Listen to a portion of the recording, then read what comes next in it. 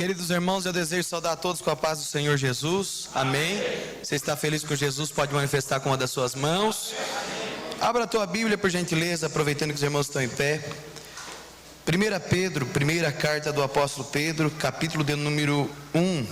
Primeira carta, ou primeira epístola do apóstolo Pedro, capítulo de número 1, a partir do verso de número 3.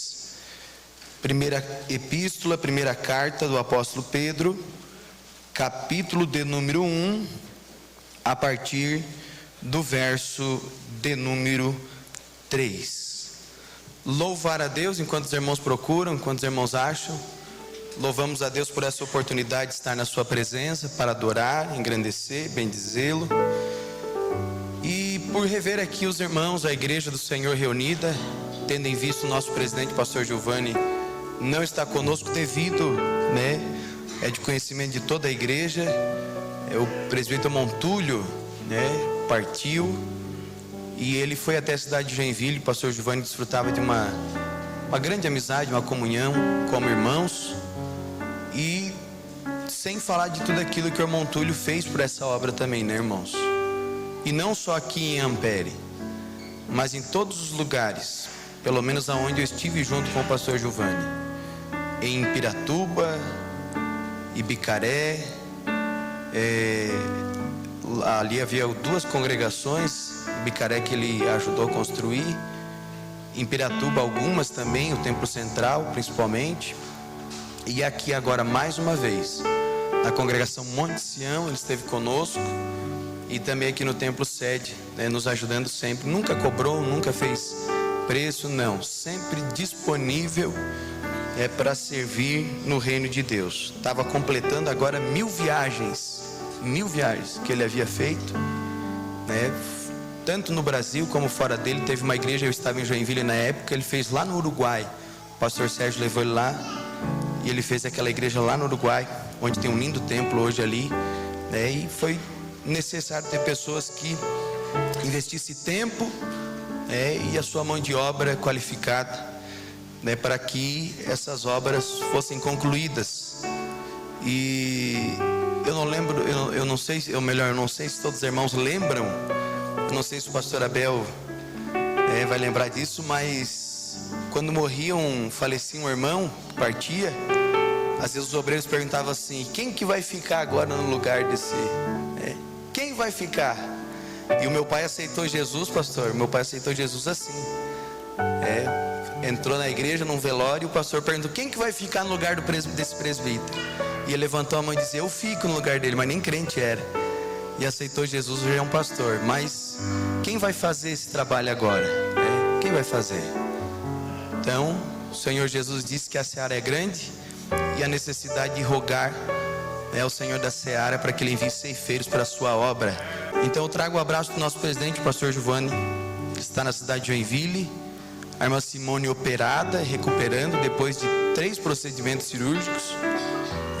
Foi lá também, esteve ali, ficou mais na casa da mãe da pastora Simone. Mas o pastor Giovanni, tenho plena certeza, que o desejo dele era estar aqui, mas ele pediu para nós justificarmos na sua pessoa. Então, agradecer aos obreiros, todos os obreiros. Deus abençoe, queridos. Louvamos a Deus para a vida de cada dirigente. Pastor Abel, sempre uma alegria ter o senhor aqui, sempre uma alegria. Porque esses homens nos dão segurança, irmãos? Fortalece o nosso braço aqui também, intercedendo em favor da nossa pessoa, em favor da igreja, e ajuda a levar também a obra do Senhor sobre os seus ombros.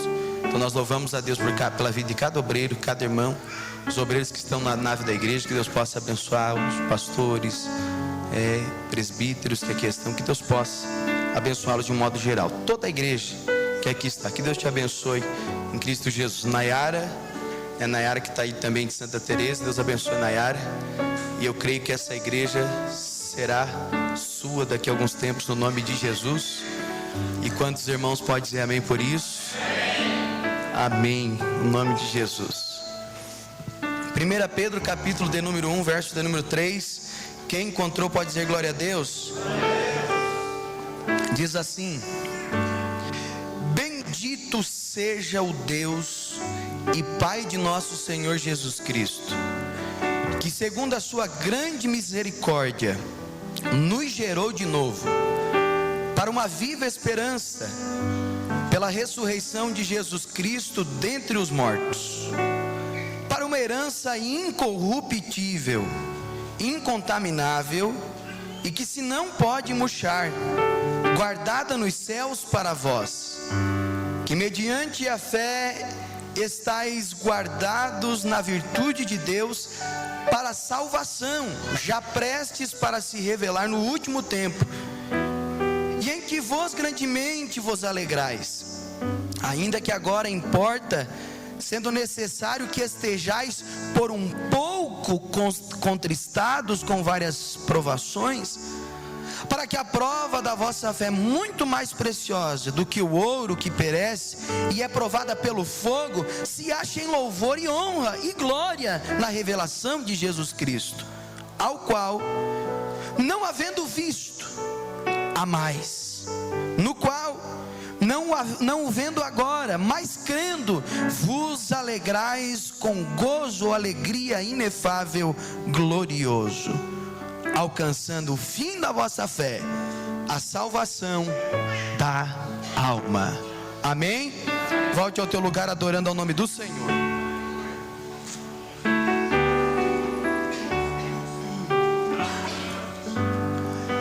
Queridos irmãos, eu estava pensando, orando a Deus, pedindo ao Senhor uma palavra para essa noite, e o Espírito Santo havia ministrado essa palavra ao meu coração, e hoje pela manhã nós estamos aqui na Escola Bíblica Dominical falando sobre as promessas de Deus. E entre uma das promessas que Deus nos fez é a promessa de salvação. Deus nos prometeu a salvação.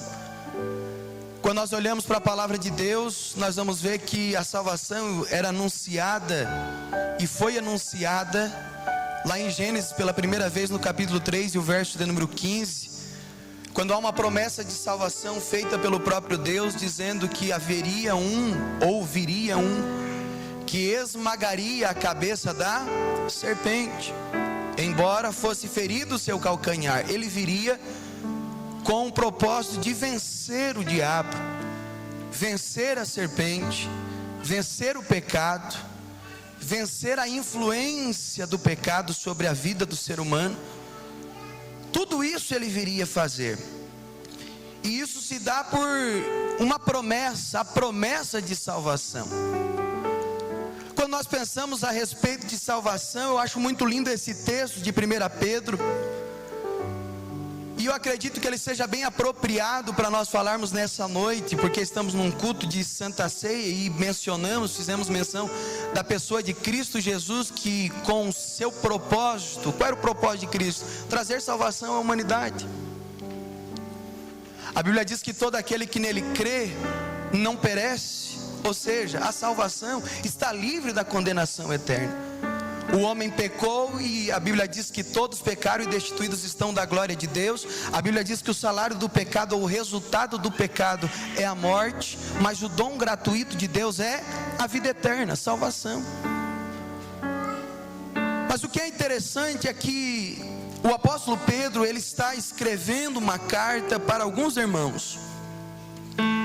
Esses irmãos estavam sofrendo perseguição. Esses irmãos estavam passando por um momento de dificuldade. É interessante que os irmãos vão notar na história que há um imperador que está perseguindo a igreja. O imperador romano, por nome Nero, ele persegue a igreja, pois havia acontecido um incêndio em Roma no ano aproximadamente 64 depois de Cristo, e a história diz que já pelo fato de ver a influência que o povo de Deus tinha no império, ele decide agora colocar a culpa desse incêndio que acontece em Roma nos crentes, nos irmãos. Ele utiliza de uma estratégia e faz com que a igreja fosse o bode expiatório. Ele aponta para a igreja como sendo o culpado do incêndio que acontece em Roma e devasta aquele império. A igreja passa a viver uma perseguição tamanha E Pedro vai falar para eles, e esta carta para mim é considerada como a carta da esperança, porque a partir do olhar de Pedro e da visão de Pedro, ele vai nos trazendo esperança no meio das adversidades.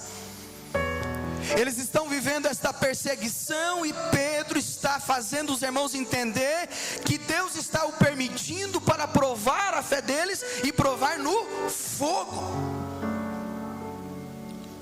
Porque é nos momentos de adversidades que a nossa fé, ela é revelada, provada no fogo. Pedro está dizendo, se você ler o verso de número 6 do capítulo de número 1, que nós fizemos menção, ele diz: em que vos grandemente vos alegrais, ainda que agora importa, sendo necessário que estejais um pouco contristados. Vocês estão tristes por passarem por algumas provações. A ideia que se tem é que Pedro então iniciaria esta carta, ao meu ver, trazendo aos irmãos a realidade dos fatos. De fato, irmãos, estamos sofrendo, está difícil mesmo. Mas Pedro inicia essa carta de uma forma totalmente diferente, mesmo debaixo de perseguição, mesmo sendo a sua fé provada no fogo, mesmo entendendo o contexto que cada irmão vivia, que a igreja vivia, Pedro está direcionando esta carta a irmãos que estão espalhados por todo canto. Eles saem de um lado para o outro, porque a perseguição é tanta, que eles resolvem então ir um para o lado, outro para o outro, na intenção, quem sabe, de despistar o inimigo. Fazer um culto aqui hoje, faz um culto lá amanhã. Saímos daqui, não temos um endereço fixo, e nós precisamos ir de um lado para o outro, de casa em casa, se reunindo, celebrando, porque estavam debaixo de uma perseguição. Só que quando Pedro vai iniciar esta carta, a ênfase de Pedro não está no problema, nas dificuldades que o cercam. Não, a ênfase de Pedro não vai se dar pelo momento que ele vive, mas Pedro vem com uma palavra de esperança para aquela igreja. Embora eles estivessem passando por tão grande provação, Pedro vai começar pela esperança que temos na pessoa de Cristo Jesus, pelo qual, ao se entregar na cruz do Calvário, nos deu a oportunidade de salvação, e estarmos agora aberto para nós o acesso livre a Deus, nos oportunizando a intimidade, o relacionamento. E ele vai falar desta esperança que nós temos. Que esperança é essa? É a esperança da salvação. E aí você se pergunta, você vem num culto, você participa durante muito tempo, e talvez você se pergunta: o que é salvação? O que é salvação? A salvação, ela é uma ação milagrosa da parte de Deus, uma ação milagrosa a qual leva uma transformação da alma, da vida e do caráter daquele que pela fé em Cristo Jesus o reconheceu como Salvador. Isso é salvação. É um ato milagroso onde transforma a alma, a vida e o caráter da pessoa. Tudo isso através da fé em Cristo Jesus. Pedro então começa a falar desta salvação, e ele vai detalhar para nós como que é esta salvação, qual é a natureza dessa salvação, qual é a recompensa de quem vive a salvação e a confiança que nós temos em relação à salvação. Aí Pedro tira todo o foco do problema e ele foca na esperança da salvação. E eu acho lindo esse texto, porque ele está conduzindo conduzindo esta carta, está direcionando aos irmãos, e ele começa dizendo: eleitos. Estou direcionando essa carta a pessoas que foram escolhidas, pessoas que foram separadas, e isso através do quê? Do sangue de Cristo Jesus. Só que ao invés de começar a carta apontando para o problema, ele inicia totalmente ao contrário. Ele começa dizendo: bendito seja. A palavra bem dizer aqui significa falar bem. A palavra bem dizer aqui vai mais além, porque ela significa enaltecer alguém, colocar alguém em evidência, sobre supremacia, está acima. Ele está dizendo: eu estou bem dizendo, eu adoro, eu exalto, eu enalteço alguém que é digno de glória, de louvor, de adoração e de ser exaltado. E por que eu faço isso? Porque no meio do problema eu me lembro de uma coisa: bendito seja Deus. Olha o que ele diz: que é Pai do nosso Senhor Jesus Cristo. Ele aponta, ele coloca o foco em Deus, e ele diz que segundo a sua grande misericórdia, oh glória. Quando nós paramos para pensar naquilo que Pedro está dizendo, logo vamos entender, porque Pedro começa a apontar para nós aonde se dá a salvação, qual é a natureza da salvação. Da onde provém a salvação? Vem de Maria? Não vem. Vem de João? Não vem. Vem dos apóstolos? Não vem. A salvação é uma obra exclusiva de Deus. A salvação não é mérito humano, não é obra do homem, não. Mas a Bíblia diz que ela é obra exclusiva do próprio Deus. E é com esse entendimento que Pedro está dizendo: Deus precisa ser enaltecido, Deus precisa ser glorificado, porque se hoje desfrutamos desta tão grande salvação, o fato é que esta salvação, ela provém de alguém, e o nome desse alguém é Deus. É o soberano, é o eterno, é aquele que o salmista no Salmo de número 121, o salmista está dizendo, ele está se perguntando aonde vem o socorro, e ele diz, ele vem do Senhor, que fez os céus, que fez a terra. É o mesmo Deus que quando providenciou água, luz, através do Ágia, ele também providenciou a salvação da minha e da tua alma. Cristo, Deus é o cerne da salvação. A salvação provém de Deus. É por isso que ele está dizendo: bendito seja Deus. Porque através do que? Dos méritos humanos, não, mas através da sua misericórdia,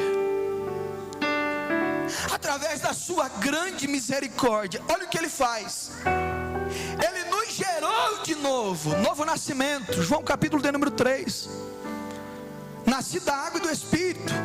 É o novo nascimento que Jesus está falando para Nicodemos. É o novo nascimento que o apóstolo Paulo está falando para Tito, que através do Espírito Santo nós somos gerados. É um novo nascimento que acontece agora a partir do momento que entendemos a natureza da salvação. De quem provém a salvação? De Deus. Só que ele vai nos dar também aqui uma recompensa da salvação. Pedro está dizendo: a salvação provém de Deus, desse Deus misericordioso, e que nos dá uma recompensa. Qual é a recompensa da salvação? Ele diz: nos gerou de novo para uma viva esperança, pela ressurreição de Jesus Cristo dentre os mortos. Olha o que ele diz no verso 4: para uma herança. E ele diz incorruptível. Ele está dizendo, é uma herança que não se acaba. Ora e manda lá abaixo. A recompensa da salvação é uma herança. E ele está dizendo que esta recompensa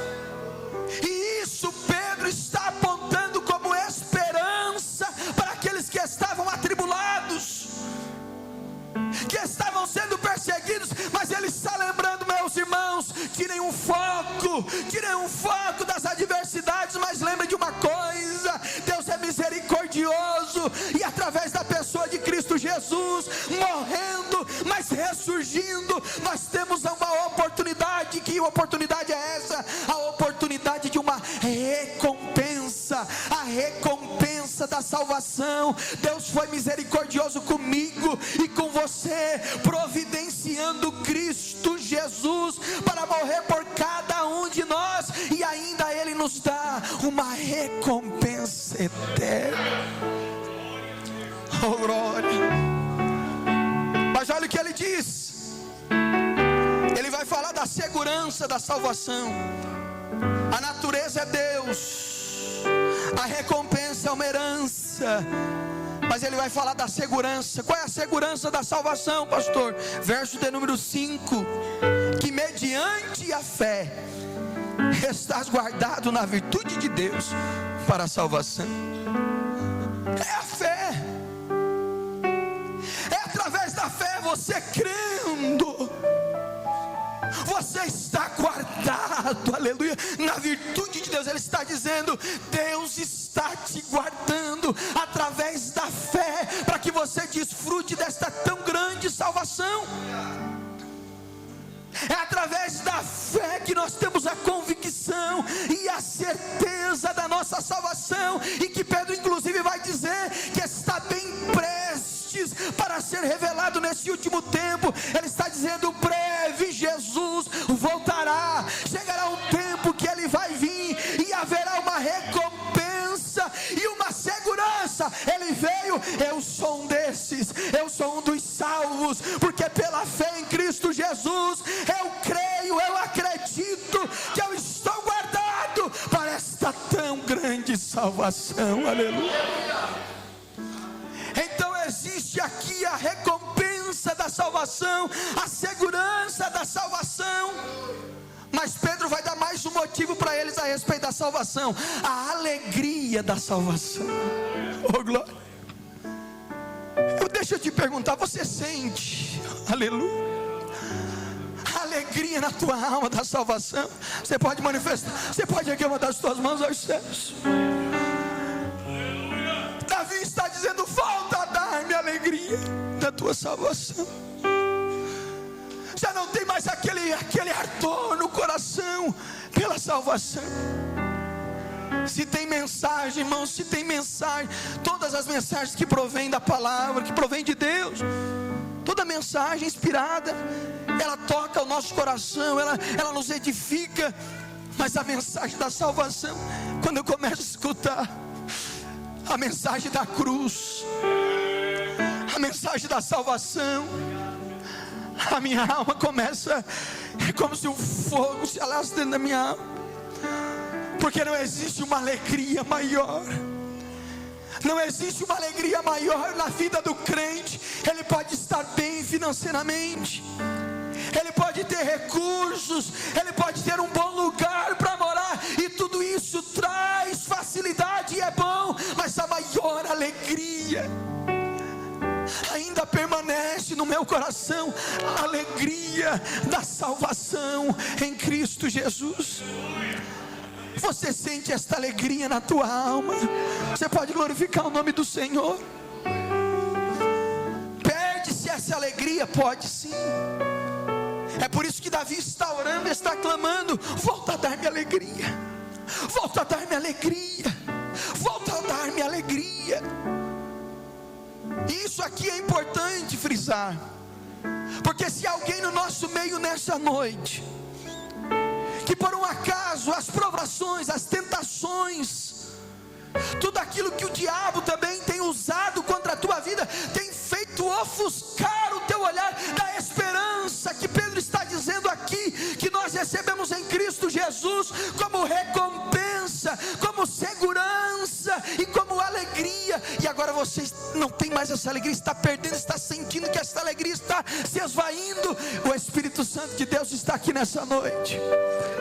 Ele quer tocar a tua alma. Orai, manda lá baixou. Ele quer ir ao encontro da tua alma nessa noite, para trazer alegria ao teu coração. salvação, esta alegria da salvação, esta esperança da salvação. E se você crê e deseja, erga uma das tuas mãos aos céus e diga: Senhor, eu quero a alegria da salvação, eu desejo a alegria da salvação. Pedro está dizendo sobre a alegria da salvação: em que vos grandemente vos alegrais, ainda que agora importa, sendo necessário que estejais por um pouco contristados com provações, mas a prova da vossa fé, muito mais preciosa do que o ouro, que perece e é provada pelo fogo, se acha em louvor, honra e glória na revelação de Jesus Cristo, ao qual não havendo visto, você não viu, mas pela fé, a mais no qual não o vendo, mas crendo, ele diz: vos alegrais, com alegria, com um gozo inefável, com um gozo, com uma alegria que não consegue se descrever. Que alegria é essa que o mundo não descreve? Que alegria é essa que nós não conseguimos descrever? Que alegria é essa? É a alegria da salvação, que invade a nossa alma através da nossa fé em Cristo Jesus. Mas, irmão Júnior, esta salvação, ela está sendo falada de uns tempos para cá, não.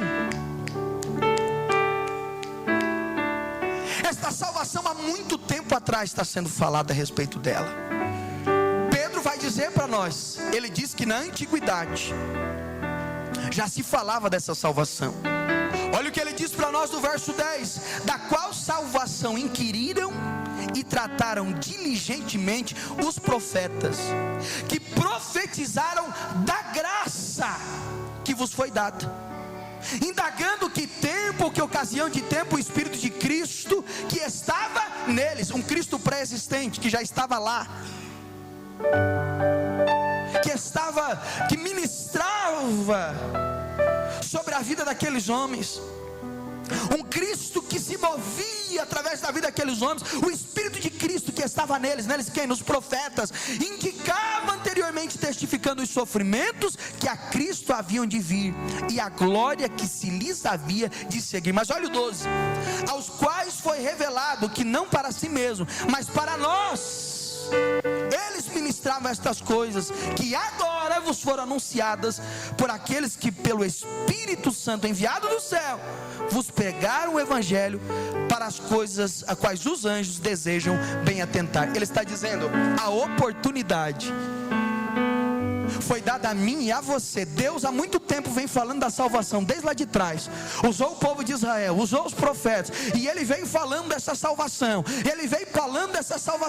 e Cristo vem agora como a providência de Deus, ou seja, como cumprimento desta salvação, desta promessa que Deus havia feito, e há muito tempo atrás ele vinha falando. Aí Pedro está dizendo: agora há uma tarefa de falar desta graça, desta salvação que foi enviada do céu para cada um de nós, e hoje através de nós é anunciada pelo Espírito Santo de Deus, usando a nossa boca. Aí ele está dizendo: os anjos queriam fazer isso, mas ele confiou a mim e a você, aleluia, a responsabilidade de falar desta salvação.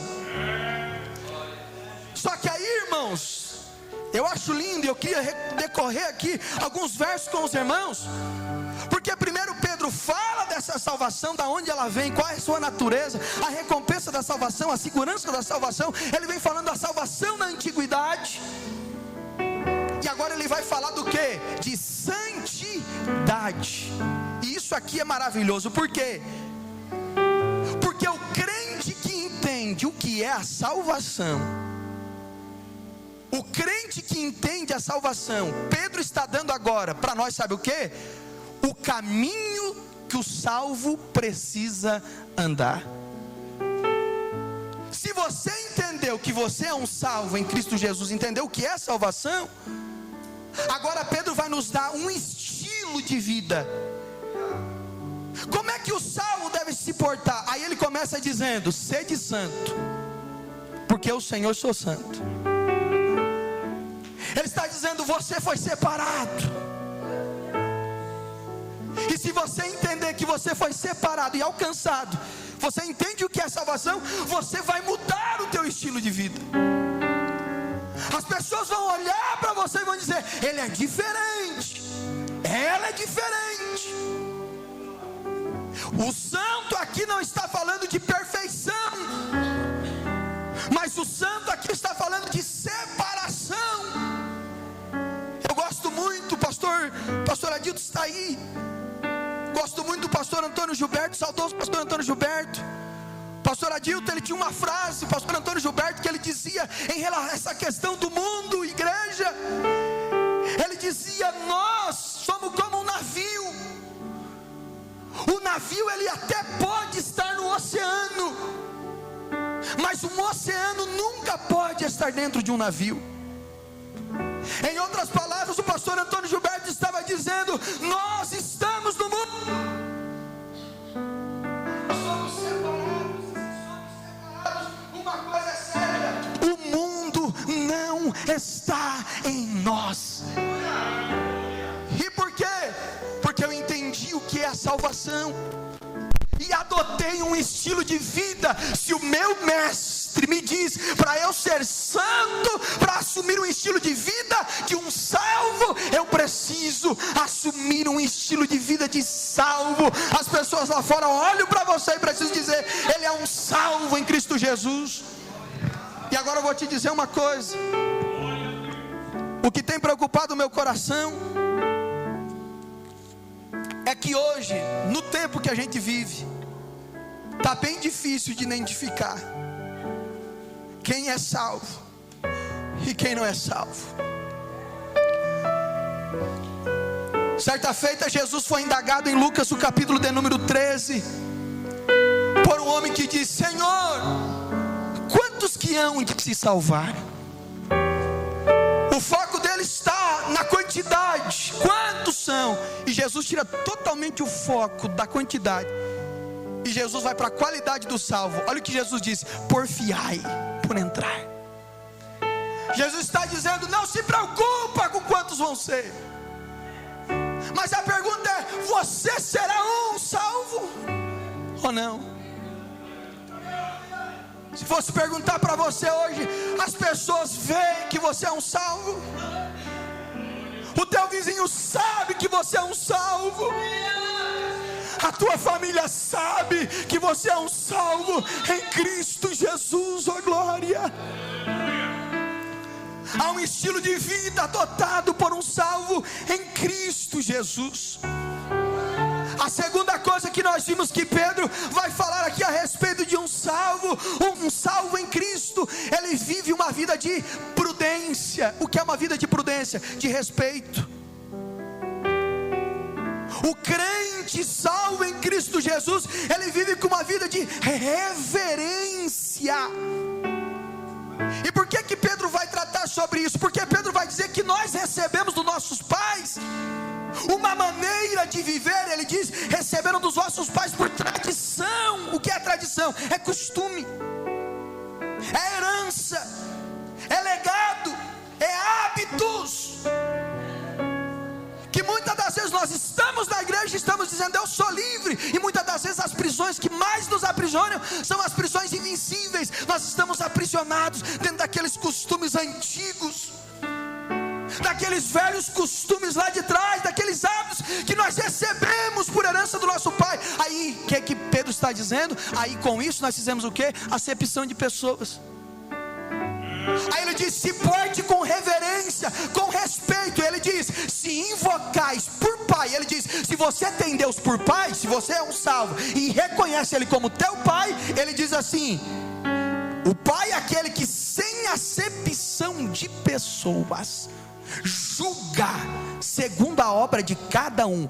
Andai em temor. O temor aqui é compromisso, responsabilidade, reverência, respeito. Jesus mudou a tua vida, Ele te tirou estas tradições, esses hábitos, Ele mudou a nossa história, e Ele fez isso pelo poder que há no seu santo e bendito nome, no seu sangue derramado na cruz do Calvário. Ele nos providencia a salvação, e Ele diz: você quer? Pela fé, receba a salvação, seja justificado, seja regenerado, seja santificado. Mas agora tem uma coisa, meu filho: assume um estilo de vida de reverência e santidade. Aquilo que você quer que os homens lhe façam, faça primeiro. Quer respeito? Dê respeito. Quer reverência? Reverencie.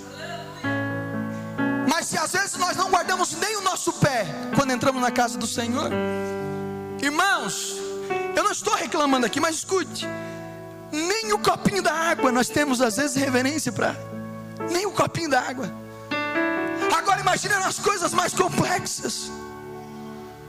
Nós precisamos usar de uma reverência, de um respeito, não fazendo acepção de pessoas, como o texto está fazendo aqui, ou está mencionando aqui, mas ele está dizendo para nós: ei, Cristo Jesus está em nós, e se Cristo está em nós, a salvação, esta alegria da salvação, nós assumimos um estilo de vida de santificação, de santidade, e além disso, vivemos uma vida de reverência. Terceira coisa que eu parto para o final, para nós partirmos para a ceia. Todo crente salvo em Cristo Jesus, ele assume um estilo novo de vida. Ele vive uma vida de reverência, mas ele também vive em amor. Todo crente salvo, ele assume um novo estilo de vida, ele vive em reverência e ele vive em amor. Por que isso? Pedro vai justificar isso para nós. Ele vai dar 3 motivos para nós, pela qual nós devemos viver em amor. Fomos salvos em Cristo, recebemos esta salvação, sabemos o que é a recompensa, a herança, desfrutamos da alegria da salvação, assumimos um novo estilo de vida, vivemos com reverência e respeito, mas agora ele está dizendo: é necessário viver em amor também.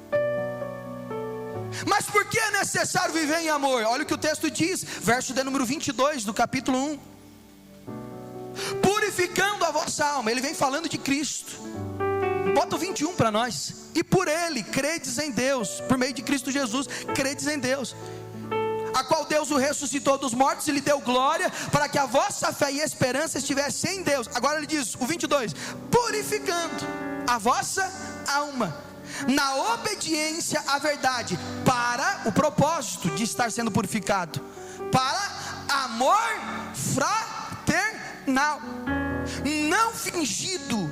Amai-vos ardentemente uns aos outros com um coração puro. O primeiro motivo pela qual nós devemos amar, ele diz: porque nós somos purificados. Sabe por que você não consegue amar o teu irmão? Ele é lá, eu aqui. Porque você ainda não foi purificado.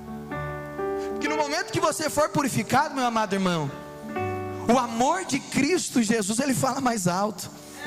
A cruz de Cristo nos une, ela não nos divide. Paulo vai tratar isso à igreja de Roma, porque os judeus estavam dizendo: nós somos privilegiados e os gentios não são. Aí Paulo bota todo mundo dentro do meu saco. Todos são pecadores, estão destituídos da glória de Deus, mas todo aquele que invocar o nome do Senhor será salvo. Aleluia. A cruz de Cristo nos une, e ela faz isso por quê? Porque recebemos a salvação e andamos em amor. Pastor, mas aquele rapaz está me dando problema. Mas o forte suporta o fraco. Mas não tem jeito. Ame ele, continue amando. Mas não tem mais jeito. Cristo Jesus te purificou, tirou toda a maldade, tirou toda a maldade dentro de nós e nos transformou, gerando amor dentro de nós. A salvação, ela gera este amor fraternal, ela purifica a nossa alma para que nós amamos. O segundo motivo pelo qual nós devemos amar, ele diz para nós, olha só o verso de número 23, sendo de novo gerados, não de semente corruptível, mas da incorruptível pela palavra de Deus viva, que permanece para sempre. Segundo motivo, meu filho, você nasceu de novo, ou não nasceu? E aí? Você nasceu ou não nasceu? Se não consegue, se não tem condições de viver com o irmão. Uma vez eu ouvi um crente dizendo, se no céu tiver canto, o irmão vai ficar lá num canto, e eu vou ficar aqui no outro canto. Que Deus tenha misericórdia de nós, que Deus tenha misericórdia de mim, para que nós não venhamos cair neste olhar, queridos, nesta consciência cauterizada, impedindo com que o amor de Deus através da nossa vida ele seja revelado, porque a salvação nos alcançou, o amor de Deus nos alcançou por misericórdia, e providenciou a salvação para mim e para você, para nossa casa, para a humanidade. Mas ele diz, agora você deve também dar amor, porque você foi purificado, e Cristo Jesus fez com que você nascesse de novo, pelo Espírito Santo. Esse novo nascimento, que embora quem sabe eu até não vá com a cara, mas o amor de Cristo me aproxima, Ele me fez nascer de novo, e eu vou me aproximando, eu vou chegando, por quê? Porque o amor de Deus está sobre a tua vida. E o terceiro motivo pelo qual ele diz que nós devemos amar, olha o que ele diz, verso de número 24, porque toda a carne é como erva, e toda a glória do homem como a flor da erva, secou-se a erva e caiu a sua flor. Sabe o que ele está dizendo? Ame. Você foi amado, você desfruta da salvação, da certeza, da garantia, da recompensa. Você vai desfrutar da alegria da salvação, e agora assuma esse estilo de vida, viva com respeito, com dignidade, mas ame, porque você é um novo ser. Você foi purificado pelo sangue de Cristo Jesus. Mas também ame, porque a vida é passageira. Somos como uma erva que hoje está verde, mas amanhã ela murcha, seca. E o amor de Deus que está para ser revelado por meio de nós, as pessoas que estão à nossa volta, aqueles que estão perto de nós, nós usufruímos da salvação. E tem um pecador, o grito de alguém que está do nosso lado, gemendo, e nós não somos capazes de compartilhar do amor que Ele colocou sobre nós. Ele está dizendo, a tua vida é passageira, vai chegar um momento, nós vamos partir daqui, mas tem uma coisa, nós temos a certeza da salvação. Para quem? Para aquele que assume um estilo de vida diferente, para aquele que muda o seu estilo de vida, uma vida santa, consagrada a Deus, vive uma vida de reverência diante do Senhor, e ama o próximo como a si mesmo. Se você deseja esta salvação, se você quer a alegria desta salvação, eu convido a você nesse momento a se colocar em pé. Eu não quero ir mais além, o meu tempo se foi. Mas a salvação foi o meio pela qual Deus providenciou o seu Filho, para nos conectar, para nos ligar a Deus. Estávamos separados dEle, mas Ele nos cercou, Ele foi atrás de nós. Com base no que você diz isso, irmão Júnior? A Bíblia diz em Atos dos Apóstolos, o capítulo de número 9, que o Senhor olha para Saulo e diz assim, ó, duro é para ti recalcitrar contra os aguilhões. O que era o aguilhão, irmãos? Quem trabalhou na roça sabe o que eu estou falando. Aquele objeto pontiagudo, aquela vara, aquele objeto pontiagudo na ponta, que quando o boi não queria ir, ele cutucava, e o bicho, o animal tinha que responder, tinha que atender. Jesus estava dizendo para Saulo, Saulo, duro é para ti recalcitrar contra os aguilhões. Ele estava dizendo, Saulo, faz muito tempo, rapaz, que eu estou agulhando a tua consciência. Faz muito tempo que eu estou cutucando a tua consciência, e o que você faz? Resiste. E Ele está dizendo, não resista, duro é para ti. Não resista duro, é para ti ficar resistindo às agulhadas. E com isso eu aprendo uma coisa: que nunca foi Saulo que estava perseguindo Jesus. Não foi Saulo que foi ao encontro de Jesus. Não sabia ele, pastor. Era Jesus que andava perseguindo ele. E chegou o belo dia que ele estava achando que ia perseguir Jesus, mas não era, era Jesus que o perseguia. Hoje eu vou te derrubar. Hoje você não vai resistir mais. Hoje haverá salvação para a tua vida. Hoje eu vou raiar uma luz que vai exceder o brilho do sol, e eu vou te dar uma certeza de salvação, de mudança de vida, de um estilo de vida diferente. O que Deus faz, abate ele por terra, mas quando levanta, aleluia, levanta para compartilhar deste amor, desta tão nobre salvação, que eu e você temos a oportunidade de receber. Mas tem uma coisa: não resista as agulhadas na tua consciência. Se Deus falou contigo nessa noite e você não tem certeza, não é vergonha para você vir aqui à frente.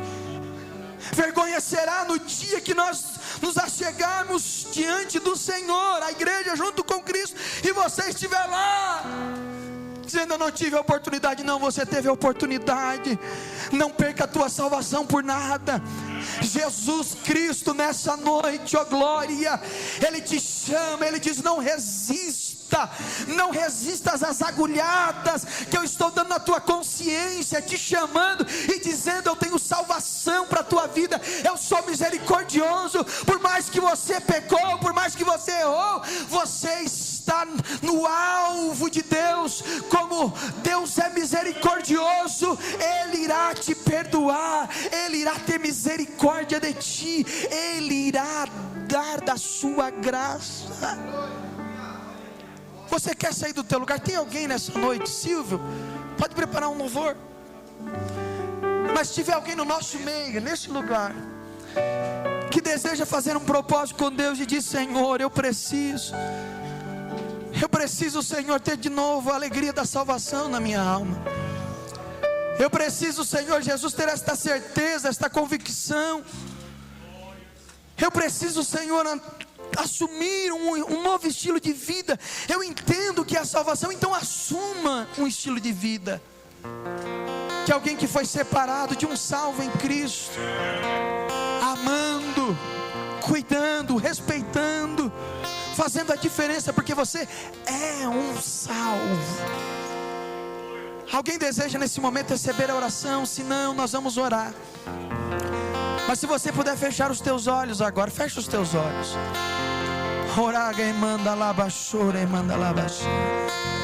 Com os teus olhos fechados, libere uma palavra agora nesse momento ao Senhor e diga: Senhor, eu estou aqui. Nós logo já vamos participar da Santa Ceia. Logo nós vamos participar do ato sagrado da ceia, e esse é o momento que você tem de olhar para dentro de você e dizer: Senhor, eu preciso assumir um novo estilo de vida. Senhor, eu entendo que a salvação que Tu fizeste por mim, tenho esta certeza, Senhor, e eu entendo o caminho, a direção, a vontade do Senhor para a minha vida, de assumir esse novo estilo de vida, Senhor, um estilo de vida santo, diferente do mundo, ó Deus. Pai, ministra sobre o nosso coração, ministra sobre o nosso espírito, Senhor. Para aquele que já não tem mais a alegria da salvação, torna nessa noite a dar a alegria da salvação. Torna, Senhor, a dar a esta alegria, para que o teu filho saia daqui nesta noite com a certeza da sua salvação e com esta esperança, a esperança da salvação. Pai, no nome de Jesus, agora estende as tuas mãos sobre a tua igreja e ministra, Senhor, sobre o teu povo, em nome de Jesus. Oramos e agradecemos. Amém, Jesus. Gerações rendidas em louvor, cantando ao poder uma canção. Os que em ti se foram, Sobre eles quiserem descer ali, os que hão de crer, Pastor João vai direcionar. cantando ao poder. Ele providenciou a salvação. Teu nome é o mais alto, teu nome Glória a é o Deus. maior, teu nome é sobre todos os tronos e domínios, Oh, glória, você pode orar ao Senhor. governos e poderes. Pode levantar uma das tuas mãos aos Teu céus. nome é sobre todos e os anjos clamam, santo, toda a criação, Ele é santo. santo, Ele é santo. exaltado Você pode bendizer o nome do Senhor. santo, Você pode bendizer o nome desse santo Deus. pra sempre. Santo, misericordioso, que providenciou nossa salvação. Foi perdoado, Oh, glória. redimido foi. Cante ao poder máximo, Obrigado, Deus. aquele que é livre e leva o seu nome. Cante ao poder máximo. Cantaremos pra sempre, amém. E os anjos clamam, santo, toda a criação, santo, exaltado és, santo, santo pra sempre. O teu povo canta, santo, sim ao Rei dos Reis, santo, e tu sempre serás, santo, santo pra sempre. Você pode erguer uma das tuas mãos aos céus nesse momento. Erga uma das tuas mãos aos céus. Aleluia. Você pode bendizer o nome do Senhor. Você passa por dificuldade, mas há uma esperança maior. Você passa por adversidades, mas há uma esperança maior. A esperança da glória, aleluia. A esperança eterna, a esperança em Cristo. A herança preparada para todo aquele que pode desfrutar desta tão nobre, desta tão esperada salvação, a glória. Ele providenciou um meio. Ele providenciou uma forma para mim e para você sermos justificados. É através da fé. É através da fé. É através da fé. É por isso que nessa noite nós declaramos: Santo, Santo, Santo, E os Santo, anjos clamam, Santo, santo, toda a criação, nós te adoramos, nós te bendizemos, nós e te exaltado és, santo, Isso, erga a tua voz. santo pra Erga as tuas mãos aos sempre. céus e declare: Santo, Santo. O teu povo canta, santo, sim ao Rei dos Reis, santo, e tu sempre serás, santo, santo pra sempre. Glória a Deus, aleluia. Louvado é o nome do Senhor. Abra a tua Bíblia, 1 Coríntios capítulo 11, verso 23. Acompanha a leitura. Diz assim: que eu recebi do Senhor o que também vos ensinei, que o Senhor Jesus, na noite em que foi traído, tomou o pão e, tendo dado graças, partiu e disse: Este é o meu corpo que é partido por vós. Fazei isto em memória de mim. Semelhantemente também, depois de cear, tomou o cálice, dizendo: Este cálice é o novo testamento no meu sangue. Fazei isto todas todas as vezes que beberdes em memória de mim. Porque todas as vezes que comerdes este pão e beberdes este cálice, anunciais a morte do Senhor até que venha. Somente até aqui. Nós vamos orar nesse momento. Está aqui o pão, está aqui o cálice. Eu convido você agora a estender uma das tuas mãos aos céus. Estenda tua mão para cá agora. Na mão dos obreiros está aqui o pão e o cálice que representa o corpo do nosso Senhor Jesus. O seu sangue, o suco da vide, o sangue de Cristo. E através desse ato simbólico, nesse momento, que ele sirva de um alimento espiritual para a tua vida, para que você se sinta em comunhão com o Senhor, para a glória de Deus, aleluia. Vamos orar, Pai, no nome de Jesus oramos, Senhor. Está aqui agora, nas mãos dos teus servos, Senhor. Está aqui o pão, está aqui o cálice, Senhor, que representa, Senhor Jesus, o teu corpo, o teu sangue. E nós oramos agora nesse momento. Pedimos a Ti, Senhor Jesus, consagra e que ele sirva de um alimento espiritual para os teus filhos, fortalecendo a fé, fortalecendo os teus servos, Senhor, nesta jornada de fé, nesta caminhada cristã. Deus querido, fortalece, abençoa, cuida, guarda, livra, Senhor Jesus. E a cada dia mais, Senhor, que a nossa fé seja convicta em Ti, fortalecida na Tua pessoa, entendendo, Senhor Jesus, que através deste ato de comunhão e de celebração, nós estamos, Senhor, nos preparando para aquele tão grande dia. E fizemos isso em memória do Senhor, relembrando o Teu sacrifício, ó Pai, mas também a Tua vitória, ó Pai, sobre o pecado, sobre o mundo, sobre a cruz do Calvário.